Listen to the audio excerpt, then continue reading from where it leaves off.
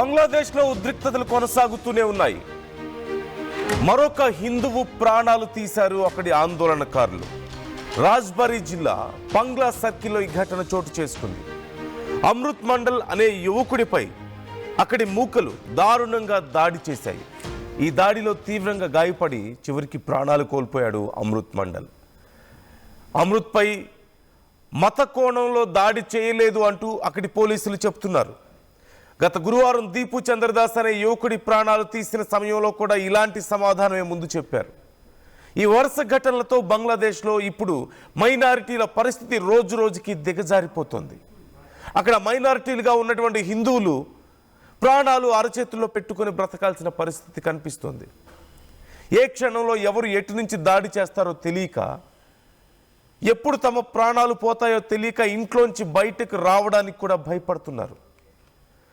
బంగ్లాదేశ్లో మైనారిటీల భద్రతపై ఇప్పుడు ఆందోళనలు వ్యక్తమవుతున్నాయి. యూనస్ ప్రభుత్వంపై వ్యతిరేకత పెరుగుతోంది. ఇప్పటికే 3 సలహాదారులు రాజీనామా చేశారు. 2026 ఫిబ్రవరిలో బంగ్లాదేశ్లో సాధారణ ఎన్నికలున్న నేపథ్యంలో యూనస్ గవర్నమెంట్ ఈ డ్రామా ఆడుతోంది. అక్కడంతా ఒక రకమైన పోలరైజేషన్ చేస్తోంది.